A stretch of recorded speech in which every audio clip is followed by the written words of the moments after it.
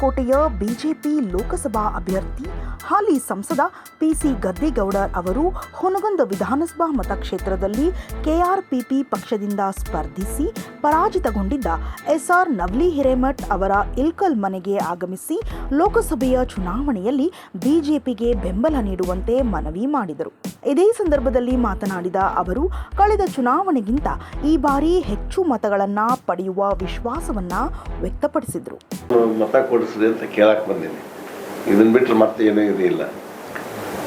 ಈಗ ನನಗೂ ವಿಶ್ವಾಸ ಐತಿ, ನನಗೆ ಆಶೀರ್ವಾದ ಮಾಡ್ತಾರೆ ಅಂತ ಹೇಳ್ಕೊಂಡು ಇದ್ರ ಬಿಟ್ಟರೆ ಹೆಚ್ಚಿಗೆ ಏನೂ ಇಲ್ಲ. ಅದೇ ಹೇಳಿದ್ನಲ್ಲ, ಮತ್ತೆ ನಾವು ನಿರ್ಧಾರ ಹೆಂಗೆ ತಿಳಿಸ್ತಾರೆ ಈ ಸದ್ಯಕ್ಕೆ ಅವರು ತಾವು ಇಲ್ಲ ವಿಚಾರ ಮಾಡ್ಬೇಕಲ್ಲ, ಎಲ್ಲ ಕರೆದು ಅದು ಇದು.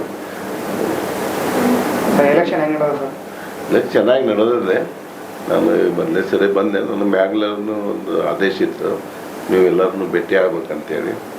ಅವಾಗ ನವಲಿ ಹಿರೇಮಠರನ್ನು ಭೇಟಿ ಆಗಂತೇಳಿ ಅದಕ್ಕೆ ಭೇಟಿ ಆಗಿ ಮಾತಾಡೋದು. ಅದು ಸರಿ ಮಾಡಿ ಇವತ್ತೆಲ್ಲ ಮಾಡಿ ಅವರು ನಾವೆಲ್ಲ ಕೂಡ ಹೊಂದಾಣಿಕೆ ಮಾಡ್ಕೊಂಡು ಮಾಡಿದ್ವಿ. ಎಲೆಕ್ಷನ್ ಹೋದ್ಸಲ 1,50,000 ಮತ ತೊಗೊಂಡಿದ್ದಾರೆ. ಈ ವರ್ಷ ಮಾರ್ಜಿನ್ ಹೆಂಗೆ ಅದ ಸರ್? ಹೋದ ಸರಕ್ಕಿಂತ ಹೆಚ್ಚಿಗೆ ತಗೋತೀವಿ, 2 ಲಕ್ಷಕ್ಕಿಂತ ಹೆಚ್ಚಿಗೆ ತಗೋತೀವಿ.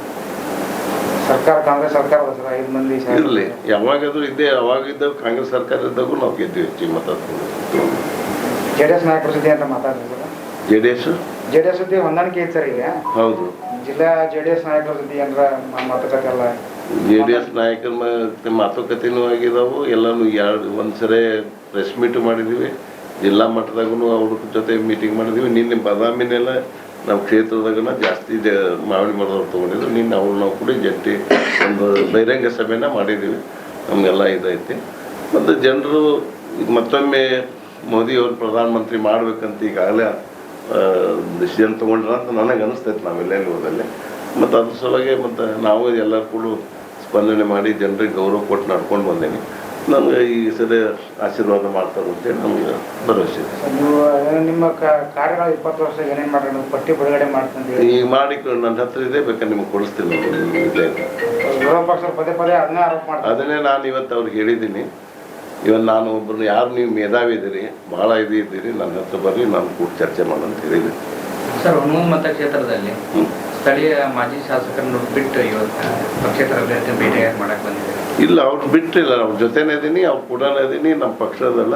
ನನ್ನ ಈಗ ಅವ್ರಿಗೆ ಭಾಳ ನಾವು ಚುನಾವಣೆಗೆ ಹೋಗೋರು, ನಾವು ಗೆಲ್ಲಬೇಕಾಗಿತ್ತು. ಅವ್ರಿಗೆ ನಾನು ಮತ ಕೇಳಕ್ಕೆ ಬಂದೀನಿ ಅಷ್ಟೇ. ಅವ್ರು ನಾವು ವಿನಂತಿ ಮಾಡ್ಕೊಳಕ್ಕೆ ಬಂದೆ. ಅವ್ರು ಪಕ್ಷ ಸೇರಿಸ್ಬೇಕು, ಅವ್ರನ್ನ ಬಿಟ್ಟು ಇವ್ರು ಬಿಟ್ಟು ಅಂತ ಪ್ರಶ್ನೆ ಇಲ್ಲ. ನನಗೆ ಅವ್ರಿಗೆ ಭೇಟಿ ಆಗೋದು ನನ್ನ ಧರ್ಮ. ಮತ್ತು ನಮ್ಮ ಆಯ್ಕೆ ಮಾಡಿದವರು ಹೇಳಿದ್ದಾರೆ ಅವ್ರಿಗೆ ಭೇಟಿ ಆಗೋದು ಅಂತೇಳಿ. ನಾನು ಅದನ್ನು ಮಾಡಬೇಕಲ್ಲ.